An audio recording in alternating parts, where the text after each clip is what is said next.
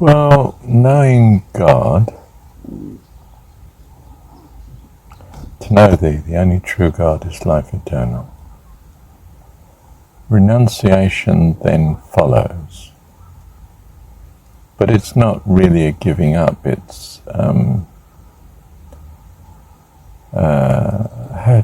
having different priorities, and therefore such desires, such felt needs slip away.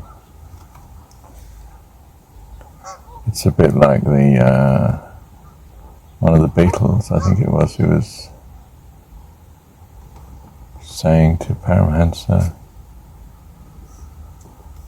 well, I have all these, if you like, desires for drugs and drink and women and so on. Have I got to give them up? And Paramahansa says, no. But I can't guarantee that you'll want to keep them, because the spiritual life that comes from the practice, they'll just fall away. So it's not that you must renounce to find. That's a torturous way. You should seek, and having found, well, renunciation just follows as with no problem at all. It just, the desire for such other things pales in insignificance, to insignificance, just irrelevant. It's like, the disciple who came to his guru and said, oh, you're fantastic, you've given up all these things.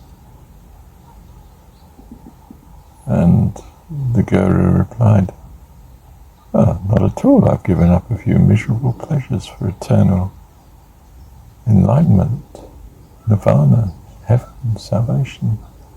I'd been a fool if I hadn't done so. The true renunciates are the worldlings who give up everything for something that's worth nothing at all.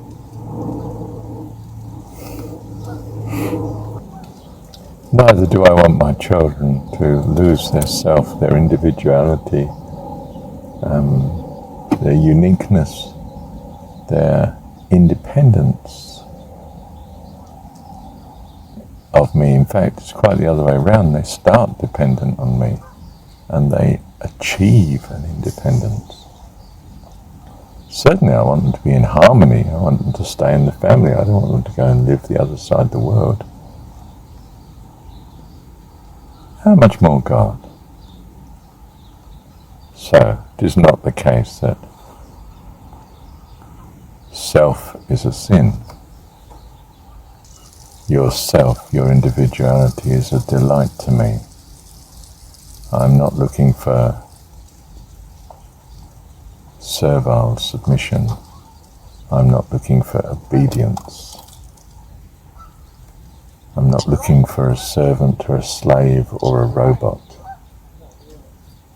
I'm looking for children who grow into wonderful adults, an absolute integral treasure of the family forever.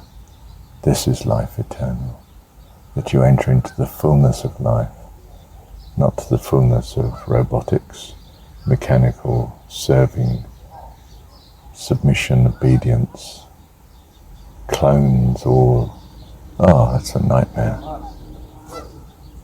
Anyone who conceives that is not enlightened.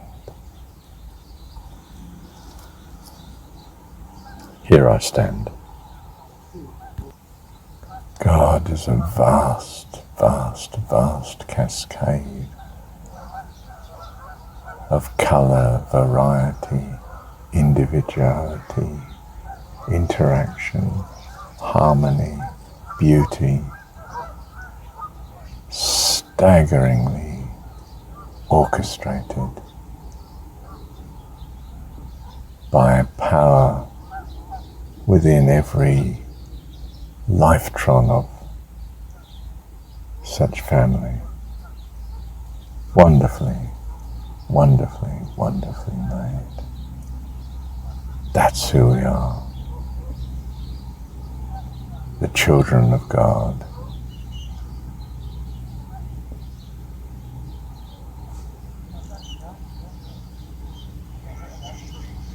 Members of the heavenly host. God's fantastically wonderful family. Thank you, Heavenly Father.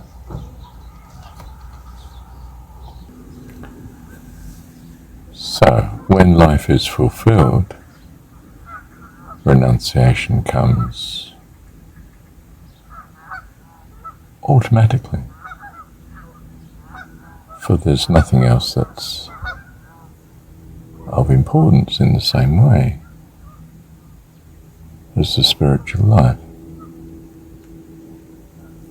But to embrace renunciation before you know God is hell on earth, and no sane worldling would do it.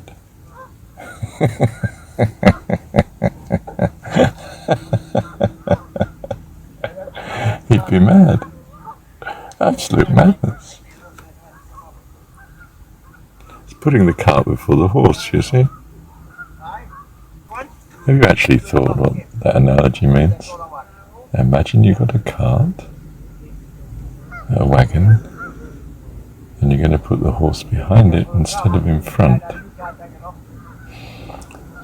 Well, for a start, the horse can't see where he's going.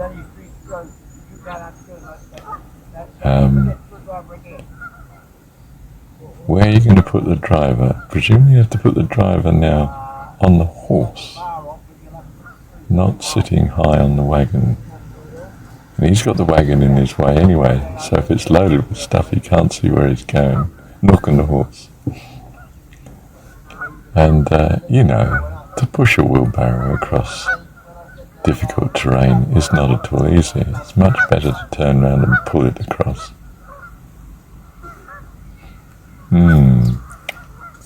So, don't embrace renunciation.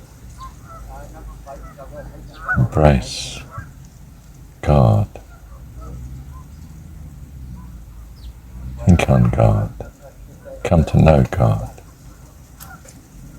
And everything else will fall into place. It's a bit like realizing that God is your Heavenly Father and you His child. And supported by such understanding as God is powerful and loves you. Well, you're now on the right footing, aren't you? You get everything in correct perspective. Thank you, Heavenly Father.